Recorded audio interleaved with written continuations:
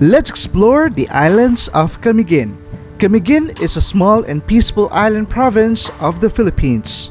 Located at the northern coast of Mindanao, dubbed as the island burn of fire, Camiguin is a home of 7 volcanoes that contains the shape and reshape its unique landscape.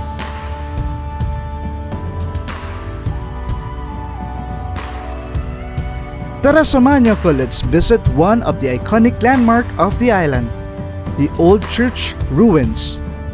The Old Spanish Church Ruin is located at Catarman on Camiguin Islands.